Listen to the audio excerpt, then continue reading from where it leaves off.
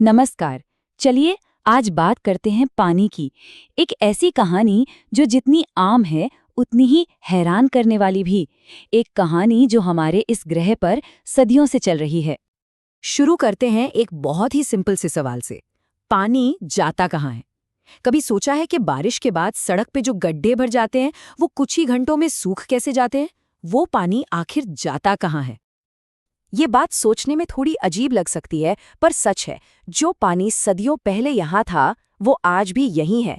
इसका मतलब है कि पानी खत्म नहीं होता, वो बस लगातार रिसाइकल होता रहता है, घूमता रहता है। तो ये जो पानी का घूमना है ना, इसी को हम वाटर साइकिल या जल चक्र कहते हैं। आप ऐसा समझ सकते हैं कि हमारी धरती एक बहुत बड़े बंद जार की तरह है, एक टेरेरियम, जहां पानी बस एक लूप में घूमता रहता है। आइए इसे थोड़ा और समझते हैं। देखिए, इस साइकिल के 4 मेन स्टेप्स हैं। सबसे पहले होता है इवेपोरेशन, मतलब सूरज की गर्मी से पानी भाप बन जाता है। फिर होता है कंडेंसेशन, जब ये भाप ऊपर जाकर ठंडी होती है और बादल बना लेती है।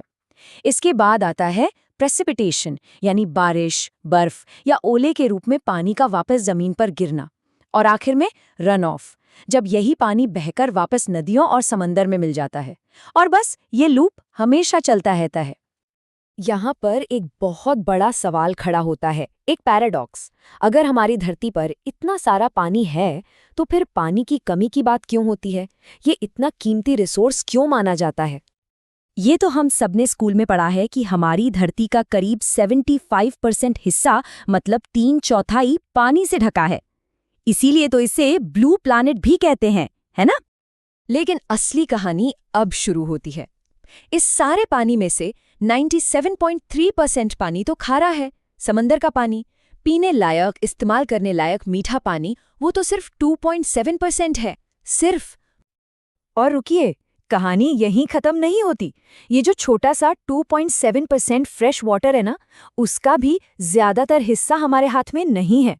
सोचिए, इसमें से लगभग 69% तो बर्फ के रूप में पहाड़ों और पोल्स पर जमा है। करीब 30% जमीन के नीचे है। तो फिर हमारे लिए आसानी से कितना बचा? झीलों और नदियों में सिर्फ 1.2%। इसको एक और तरीके से समझते हैं जो शायद आपको चौंका दे। मान लीजिए दुनिया का सारा पानी एक 2 लीटर की बोतल में है, तो पता है उसमें से हमारे इस्तेमाल के लिए जो नदियों और झीलों में पानी है वो कितना होगा? सिर्फ आधा चम्मच। जी हाँ, पूरी 2 लीटर की बोतल में से सिर्फ आधा चम्मच। ये सच में दिमाग घुमा देने वाला फैक्ट है। तो ये तो हुई पानी के डिस्ट्रीब्यूशन की बात। अब जरा उस विशाल समंदर पर फोकस करते हैं जो पृथ्वी के 97% पानी का घर है।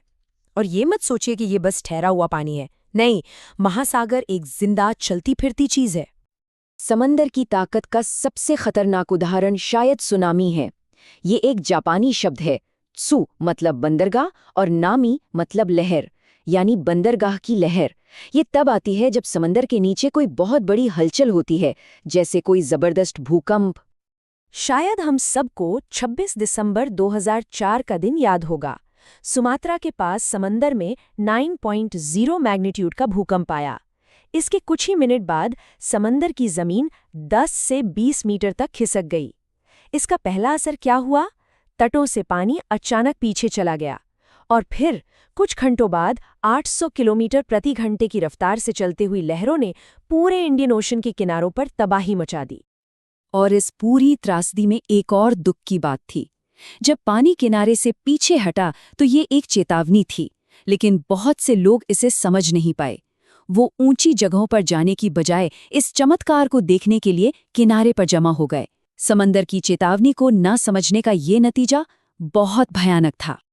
तो सुनामी जैसी घटनाएं तो अचानक और विनाशकारी होती हैं, लेकिन समंदर में कुछ ऐसी हलचलें भी हैं जो रोज होती हैं और हम उनका अंदाजा भी लगा सकते हैं। जी, हम बात कर रहे हैं टाइड्स की, यानी ज्वार भाटे की। टाइड का मतलब है दिन में 2 बार समंदर के पानी का एक रिदम में ऊपर चढ़ना और फिर नीचे उतरना। और ये होता क्यों है? इसके पीछे है चांद और सूरज की ग्रेविटेशनल पुल, यानी उनकी खींचने की शक्ति। इसमें भी 2 तरह की टाइड्स होती हैं। एक होती है स्प्रिंग टाइड। ये तब आती है जब सूरज, चांद और धरती तीनों एक लाइन में होते हैं, मतलब पूर्णिमा और अमावस्या पर। तब पानी सबसे ज्यादा ऊपर चढ़ता है।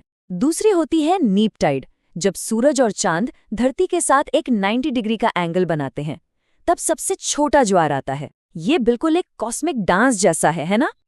अच्छा, टाइड्स के अलावा समंदर में एक और बड़ी मूवमेंट होती है, करंट्स यानी धाराएं। इन्हें आप ऐसे समझिए कि ये समंदर के अंदर बहने वाली बहुत बड़ी बड़ी नदियां हैं।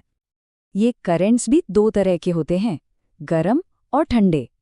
जो वार्म करंट्स हैं वो इक्वेटर यानी भूमध्य रेखा के पास से शुरू होते हैं और पोल्स की तरफ जाते हैं, जैसे गल्फ स्ट्रीम। और जो कोल्ड करंट्स हैं वो पोल से शुरू होकर इक्वेटर की तरफ आते हैं, जैसे लैब्राडोर करंट। और इन करंट्स का असर बहुत गहरा होता है। ये किसी भी जगह के मौसम पर असर डालते हैं। और सबसे दिलचस्प बात, जहां एक गर्म और एक ठंडा करंट मिलता है ना, वो जगह मछली पकड़ने के लिए दुनिया की बेस्ट जगहों में से एक बन जाती है। हाँ, एक और बात, इन करंट्स की वजह से घना कोहरा भी छा सकता है, जिससे जहाज़ों को रास्ता खोजने में दिक्कत होती है। तो हमने वाटर साइकिल देखी, सुनामी की ताकत को समझा, टाइड्स और करंट्स के बारे में जाना।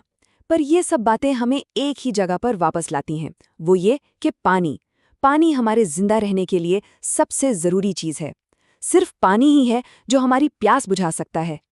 तो आखिर में बस एक सवाल सोचना है, जब हम ये समझ जाते हैं कि हमारे ग्रह का पानी कितना बड़ा और पुराना सिस्टम है और हमारे इस्तेमाल के लिए कितना कम है, तो क्या इससे उस एक एक बूंद को देखने का हमारा नज़रिया नहीं बदल जाता, जिसे हम हर रोज़ इस्तेमाल करते हैं?